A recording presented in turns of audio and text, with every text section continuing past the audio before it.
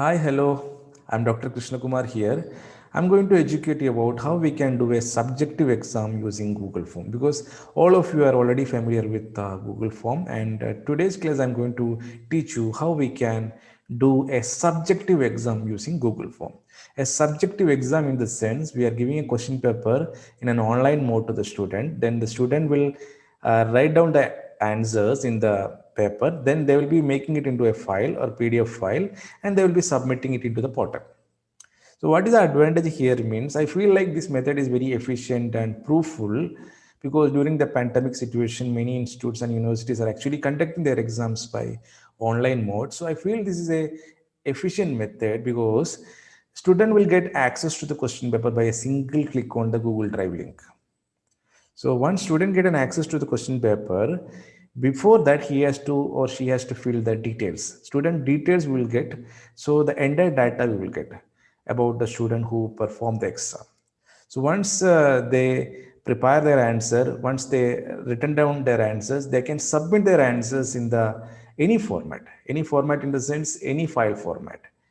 Okay, so preferably in a PDF format, they can submit their answers. And what is the advantage means they will get a receipt for their submission, like you successfully submitted your response. Okay, so what is the advantage with teacher means teacher will get a chronological order. Teacher will get a receipt, and teacher can find the responses in a chronological order with the name and other details of the student along with the submitted file. So that will make the teacher easy for any future reference with respect to this particular exam. So let us see in detail. So here you can find I have selected my Google interface, and let me click on this icon. So I can find my Google Drive here. So let me click on the Google Drive. Now my Google Drive has got open. After that, let me click on the icon new. So when I click the icon new, I can find number of options. Here I have to select Google Forms. I'm coming down, so clicking on Google Forms. Okay, now you can find that a new Google form has appeared here. So let me customize it according to my wish. Uh, First, I want to give a name to the untitled form. Clicking over here and giving a name like semester exam. Further, if I wish for giving a description, I can give a description. Now I'm leaving that particular part. Instead, I want to beautify my particular form by adding a picture. For that, I'm clicking over here, add image. I want to choose an image from my desktop. Let me browse. Let me select an image, online exam. I'm just opening it. My purpose is to beautify my Google form, which I am planning for the subjective test. Yeah, now the image has got uploaded. You can find the image here. Let me give a title for my image, online examination. Okay, you can find my image here, and followed by that you can find a question. So I want to keep the image alone in this particular section, so I want to remove this one. So I am removing my question part from here. Yeah, so you can find the form name, semester examination, and I have given an image, online testing. Now I want to continue with customizing my Google form.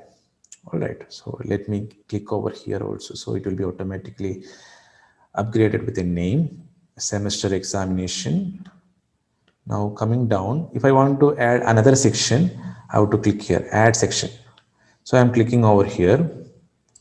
So you can find one more section has created, untitled section. I want to add some details of student here. So student details. Okay. I want to add some description here, like add your details here. Okay, under that I want to add some questions. For that, I'm just clicking over this plus icon. You can find. So now I have a provision to add a question. So I'm adding a question like name of the student. So automatically there are a number of options are here, but once I gave a question like name of the student, it turned into short answer question. So you can find an option to upload the answer. All right. Again, I want to add a question. Again, I'm clicking on the add question part. Mail ID. Okay. You can find mail ID has got appeared here. Again, I want to add a question. Roll number. Okay. So I added three questions. One is name of the student. The second one is mail ID. Third one is roll number. So this is my second section. The first section was the semester examination where I added a picture. The second section for the student detail where I asked three questions, name of the student, mail ID and roll number. Now I want to move with my third section. For that I am clicking add section part. So you can find one more section appeared here. So here I want to give a name like question paper. Okay, so I want to add a description. Find your question paper below.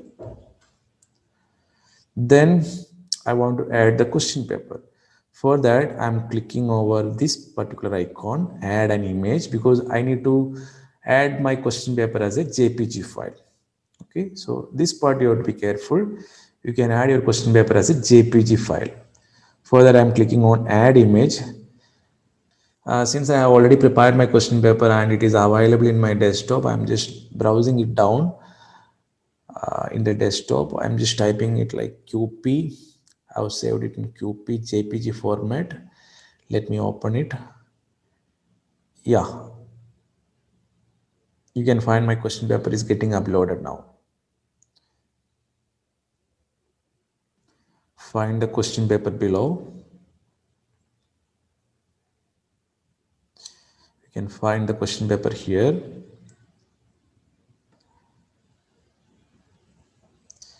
Question paper as a JPG file. So I gave a title also, find your question paper below. You can find the question paper here. So this will be visible to the student in the same manner. And once they find the question paper, they can start answering for the questions and they can prepare the file. And once they prepare the answer file, moving on to the third part, I'm adding one more question here for the file submission because they have prepared the file. Answer booklet is now available with the student. I just want to give a command here like submit your answers as a PDF file. Okay, and I want to choose like clicking over here, I want to choose file upload. And when I choose the file upload, there is a notification appeared here. Let respondents upload the file to Drive. It is okay, continue.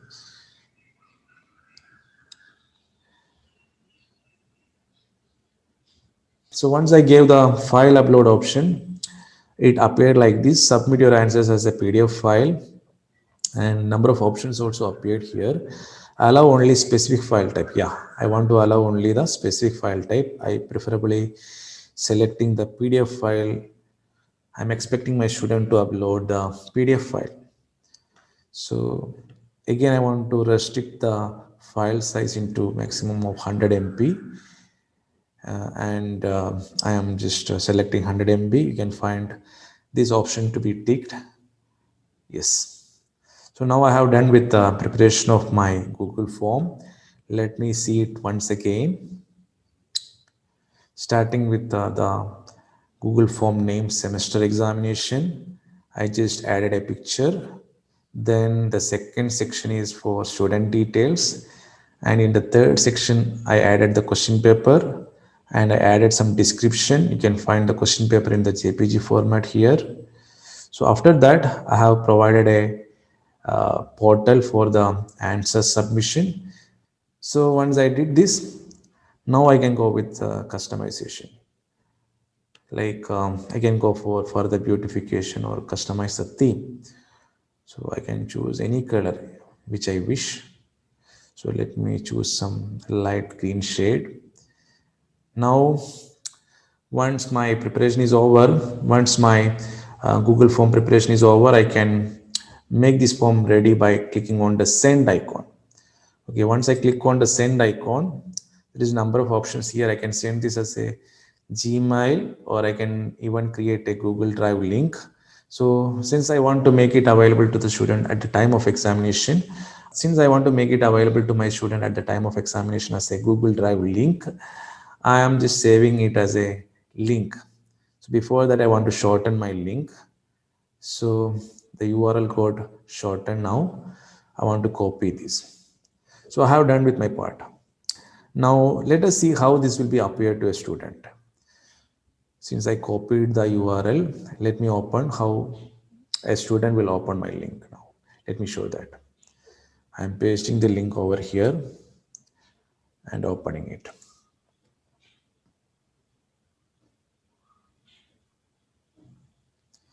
So this is how it will appear for a student. Since we are sharing the Google Drive link at the time of examination, student will click on that link and the link will appear like this. And once the link appeared, student can continue with performing the examination. Okay, so you can see the interface. This is how it will appear for the student. All right. Clicking, the student will click on next. When the student click on next, the following details will be asked for, like name of the student. Let me give a name like KK, mail ID KK at gmail.com, roll number, my favorite number 54. Then moving on to the next. So this is how my question paper will appear for me. So once I found with question paper, I can start writing my answers. Then I can make it into a file, preferably in the PDF format. So once my file preparation is over, I can submit my answer. Being a student, I can submit my answers by clicking add file link, because I have a command here, submit your answers as a PDF file. So student will click on this link and they will be browsing for the particular file they prepared. So let me choose a model here, like chemistry of cycloalkane. Let me take a sample file and I'm opening it. So once I select the file, let me upload it. So you can find the progress over here. The file upload progress you can find over here. Wait for the upload to finish.